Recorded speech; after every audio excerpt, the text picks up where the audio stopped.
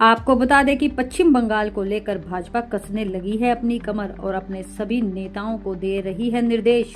इसी कड़ी में अब पश्चिम बंगाल में विधानसभा चुनाव से 3 महीने पहले भारतीय जनता पार्टी ने अपने पुराने नेताओं के साथ लेकर चलने की आंतरिक गुटबाजी को नियंत्रित करते हुए बुधवार को राज्य समिति का गठन किया है। अब बीजेपी पुराने नेताओं और 2019 के बाद शामिल हुए लोगों के बीच लगातार टकराव के चलते यह प्रक्रिया बार बार टलती हुई नजर आ रही थी। यह पश्चिम बंगाल में भाजपा अनसुलझे आंतरिक संघर्ष को दिखाती है। अंतिम सूची से स्पष्ट होता है कि पार्टी ने बिना बड़ा टकराव किए समिति की दिशा सुधारने की कोशिश की। समिति में वरिष्ठ संगठनात्मक नेताओं का वर्चस्व है, लेकिन सुनियोजित तरीके से नेताओं को शामिल करने और बाहर रखने के फैसले से संकेत मिलता है कि विधानसभा चुनाव से पहले गुटबाजी को शांत करने का प्रयास पश्चिम बंगाल की राजनीति में अब किया जा रहा है, जिसको लेकर बीजेपी बड़े सख्त कदम उठाने जा रही है। पूर्व प्रदेश अध्यक्ष दिलीप घोष को प्रदेश समिति से बाहर रखा गया है।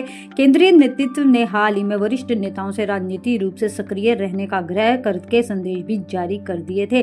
केंद्रीय गृह मंत्री अमित शाह ने एक यात्रा के दौरान घोष से अपनी सक्रिय भागीदारी बढ़ाने के लिए कहा था। इससे उन्हें एक औपचारिक संगठनात्मक भूमिका मिलने की उम्मीद भी बढ़ गई।